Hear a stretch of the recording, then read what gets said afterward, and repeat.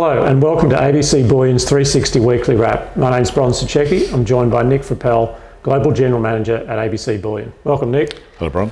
The price action over the last couple of months, it's really sort of starting to form a wedge where it's bouncing but it's getting tighter and tighter. Yes. I mean, how do we call whether it's going to break up or down? I've seen commentary both ways. Yeah, I think people who look at that wedge pattern will look for, as it gets closer to the sort of end of the wedge, the tightening, they'll look for evidence of an actual distinct break, either up or down. And I think most people are expecting up.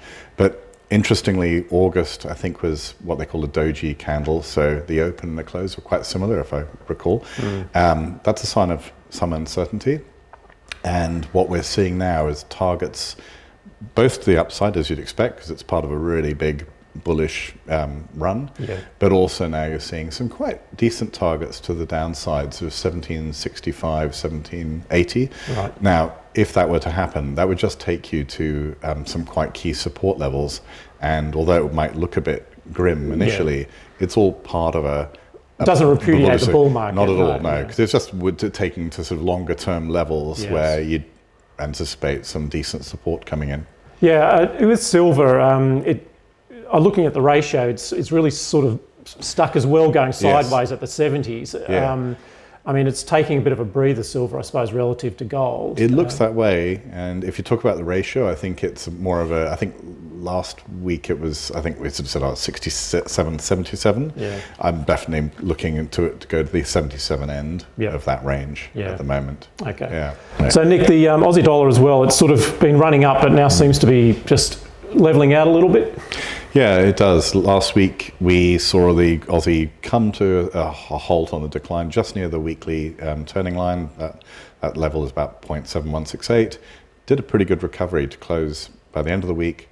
It looks a bit uncertain, but I think that we're looking at broad-based recovery in the dollar, not a huge recovery, but it's more a little bit of strength coming from that, perhaps rather than weakness in the dollar.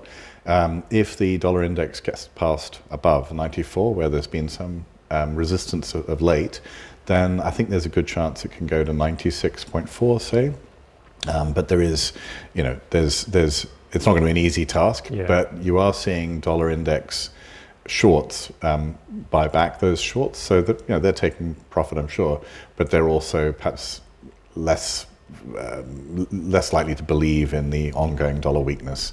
So perhaps they're saying, okay, this is where the dollar consolidates. Yep. What about general commodities? I mean, we've seen oil under a bit of pressure. It's not a good sign, is it, for the general economy? Exactly. I mean, crude, if you look at Brent, managed money shorts, so managed money, speculative sector, they increased their shorts by 41% in the week ending last Tuesday. That's a really big step up, and that to me presumably is a bet or an outlook on the economy slowing down, or crude being affected by weak growth. Interestingly enough, if you look at it from a technical point of view, crude on the sort of the big rebound from the lows, it's got up to just near the weekly cloud from below. That's where you'd expect to find resistance, and now I think it just tore through the weekly turning line support. So I think 35 or 36 is kind of where it looks like reasonably. Okay, good.